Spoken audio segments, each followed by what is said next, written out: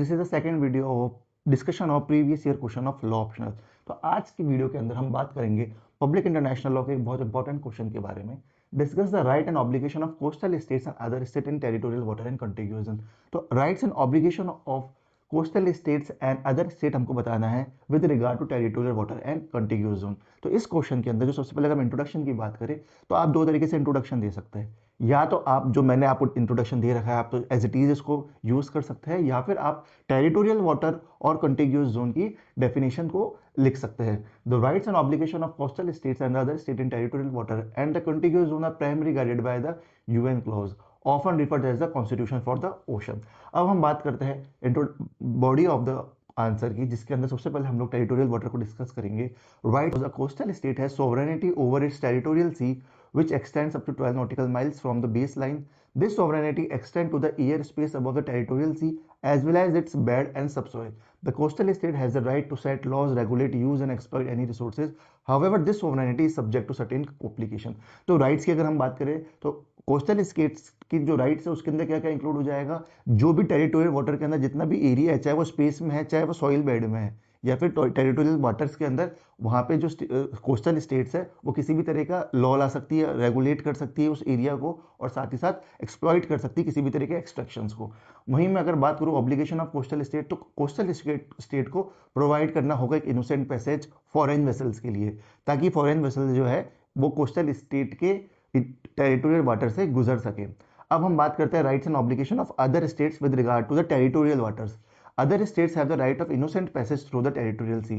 जो other states है उनके पास राइट ऑफ इनोसेंट पैसेज है, जिसके अंदर वो चाहे तो कोस्टल स्टेट को बोल सकते हैं कि आपको हमको इनोसेंट पैसेज जो है प्रोवाइड करना होगा।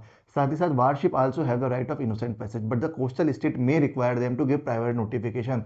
यहाँ पे अदर स्टेट्स को कोस्टल स्टेट्स को बताना होगा कि हम लोग कुछ एक पर्टिकुलर डेट पे आपकी टेरिटोरियल वाटर से गुजरने वाला है, तो आपको हमको उस पर्टिकुलर डे पे जो है इनोसेंट पैसेज प्रोवाइड करना होगा। State must comply with the laws and regulation of the coastal state and their activities must not violate the peace, good order और security of the coastal state. अब हम बात करेंगे कॉन्टिग्यूस जोन की। Rights and obligation of coastal state with regard to contiguous zone beyond its territorial sea, the coastal state may also claim contiguous zone which extend 24 nautical miles from the baseline. तो अगर contiguous की zone की हम पहले definition लिखेंगे, उसके बाद in this zone the coastal state can exercise control necessary to prevent and punish infringement of its custom, fiscal, immigration और sanitary laws and regulation. कोई भी एक्टिविटीज होती है contiguous zone में तो कोस्टल स्टेट के पास राइट है कि वो अगर कोई भी एक्टिविटीज जो कि कस्टम से रिलेटेड है, फिजिकल, इमिग्रेशन या सैनिटरी लॉ से रिलेटेड है, कोई भी शिप को या फिर किसी भी बोट को वो अपने कंटिग्यूस जोन में अगर वो पकड़ लेता है तो उसके पास पूरा राइट है उनके ऊपर एक्शन लेने के लिए। However it doesn't have an complete sovereignty as it does in its territorial sea. जितनी टेरिटोरियल सी के अंदर सोवरेनिटी थी उतनी सोवरेनिटी जो है वो कंटिग्यूस जोन में नहीं है किसी भी कोस्टल स्टेट की।